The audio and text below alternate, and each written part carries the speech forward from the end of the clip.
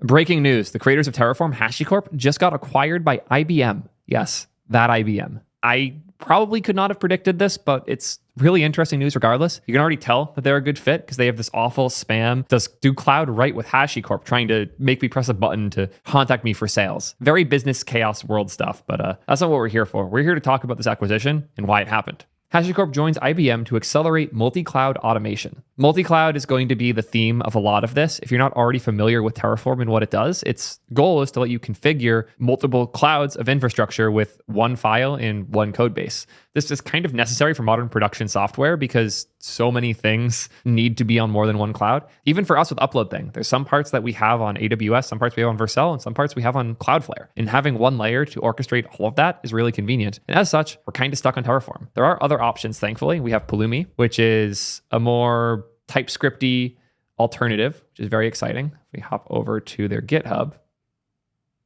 you'll see even though it's based on Go, all their examples are JavaScript because they want to showcase how easy it is to set something up on EC2. So here we've required Pulumi AWS. We set up the security group, ingress, yada, yada. And now we have a for loop where we create 3 instances, just iterating through them one at a time. Here's a simple serverless timer that archives Hacker News every day at 8:30 a.m. So we have AWS DynamoDB table that we created, and then we have a CloudWatch schedule that will run this code by getting this, doing this stuff. You get the idea. It's really powerful. I like Pulumi a lot. I want to use it more, but Terraform's the standard. Terraform also had a crazy relicensing, kind of similar to what we saw with Redis recently. And as such, there's a fork, OpenTofu, which after this acquisition might be more relevant than ever because, it's a little scary that of all companies, IBM now owns Terraform. Well, this happened this year. This was this recently. That actually makes sense that they got attacked so soon if the acquisition was coming, because obviously Terraform is one of the big things IBM wants to own in this acquisition. And if Terraform can just not be used and you can go use the open source alternative instead, it makes a lot less sense for them to do this acquisition. But in April, which is now, if you didn't know, dates are hard. This was just about a week and a half ago. They got a cease and desist letter from HashiCorp because they claimed that their code was infringing on Terraform. Remove.go, move.go, remove.go from Terraform. On April 3rd, we received a cease and desist letter from HashiCorp regarding our implementation of the removed block in OpenTofu, claiming copyright infringement on the part of one of our core developers. We were also made aware of an article posted the same day with the same accusations. We have investigated these claims and are publishing the cease and desist letter, our response, and the source code origin documenting the results for our investigation. The OpenTofu team vehemently disagrees with any suggestion that it misappropriated, missourced, or otherwise misused HashiCorp's BSL code. All such statements have zero basis in facts. Yeah. The only reason this happened now is because they're now part of IBM, or the deal was going through, and they wanted to make sure that IBM wouldn't be mad that OpenTofu is just as good. So they probably did stuff like this to point out, hey guys, I know you want to buy us. Here's proof that Terraform is going to stay the norm. You can trust us in that. You can keep paying us, yada, yada. Makes sense they would do this at that time. Enough of this though. Let's go read the actual announcement. Today we announced that HashiCorp has signed an agreement to be acquired by IBM to accelerate the multi-cloud automation journey that they started almost 12 years ago. I'm hugely excited by this announcement and believe this is an opportunity to further the HashiCorp mission and to expand to a much broader audience with the support of IBM. When we started the company in 2012, the cloud landscape was very different than today. Mitchell and I were first exposed to public clouds as hobbyists, experimenting with startup ideas, and later as professional devs building mission-critical apps. That experience made it clear that automation was absolutely necessary for cloud infrastructure to be managed at scale. You know what? Fair. This is a reasonable point. And I think a lot of other companies providing cloud services were not doing a good enough job at automation. It's kind of funny that like AWS has official docs showing you how to use Terraform, because using AWS without something like Terraform kind of sucks ass. The transformative impact of the public cloud also made it clear that we would inevitably live in a multi-cloud world. Again, fair. It's hard to imagine a world where one cloud provider has a good enough solution for everything that if you're building real production software, it's worth staying in just that cloud. Like, everyone benefits sprinkling a little bit of Cloudflare into their infrastructure. Makes sense. Lastly, it was clear that adoption of this technology would be driven by our fellow practitioners who were reimagining the infrastructure landscape. We founded HashiCorp with a mission to enable cloud automation in a multi-cloud world for a community of practitioners. Today, I'm incredibly proud of everything that we have achieved together. Our products are downloaded hundreds of millions of times each year by our passionate community of users. Each year, we certify tens of thousands of new users on our products who will use our tools each and every day to manage their applications and infrastructure. I'm seeing why the IBM acquisition happened. Bullshit certifications. How much does it cost to get certified by HashiCorp? You know what? I was expecting this to be more expensive. I wanted to just mock the shit out of them for charging way too much for this bullshit certification thing. Nope. That's not as expensive as I expected. I wanted to make fun of them more for this, and I can't. Like, getting like certified for random Microsoft stuff is insane. Yeah, free retake not included. Yeah, you got to pay for the retake. That's a silly call out, but yeah. Regardless, I was going to make fun of them more for that. I think certifications are dumb, but if they're providing them for a reasonable price, fine. We've partnered with thousands of customers, including hundreds of the largest organizations in the world, to power their journey to multi-cloud. They have trusted us with their mission-critical applications and core infra. One of the most rewarding aspects of infrastructure is quietly underpinning incredible applications around the world. We are proud to enable millions of players of games together, deliver loyalty points for ordering coffee, connecting self-driving cars, and securing trillions of dollars of transactions daily. This is why we've always believed that infrastructure enables innovation.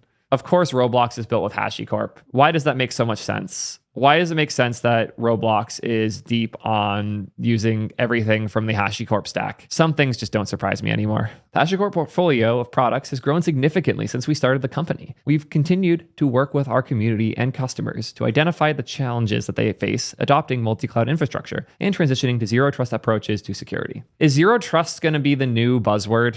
I'm already tired of hearing zero trust. Ugh.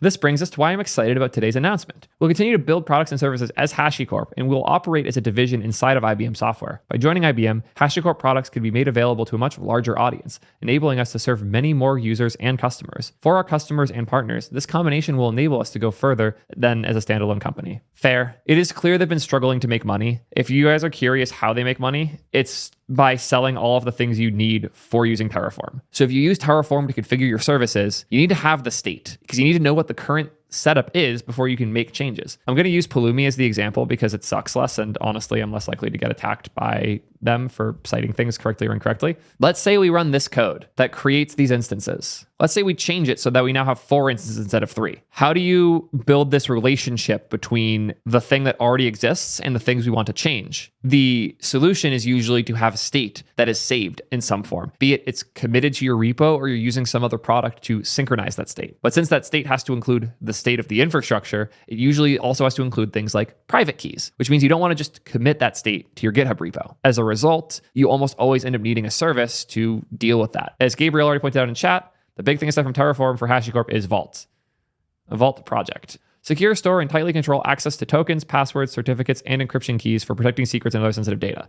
Again, this is the key. Since you need that state to be on everyone's machine if they're making changes to your infrastructure, you need a way to sync it. And if it's not on your GitHub, because it can't be because it's full of things you don't want there, you need a service for it. Previously, there was a lot of alternative services, but in order to try and make some money, HashiCorp relicensed Terraform with the BSL and made it effectively illegal to build your own alternatives to Terraform's like cloud offering, which is obnoxious. It's a huge part of why we've moved away. People hate the Vault. People hate the Terraform cloud. They're really expensive and they're not as good as other options. But since Terraform is the standard, they've kind of had an angle for pushing this. Sadly, it doesn't seem like it worked that great because they weren't making enough money on their own. Now they're part of IBM so that they can not worry about the money as much. And there's a lot of benefits that IBM gets from this because people don't use the IBM cloud. You know what?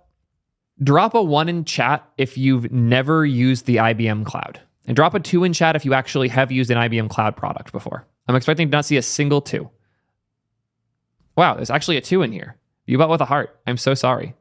There's a couple in here. 2, but you worked there. Of course, Igor, you're going to have the 2. Yeah. 2, worst experience. 2, used quantum computing. Annoyed 2. 2, because they acquired Instana. Yeah. They sponsor university databases. Okay, there's more 2s than I would have expected, but nobody chose it. They just got it because of many other things. IBM's S3 had a free 5 gig tier, and uploading wasn't a thing. Good answer, ViewBot. Yeah, it seems like not a whole lot of people. Yeah, annoyed too. Just looking into it, yeah, there's a Open Vault alternative. Ooh, nice.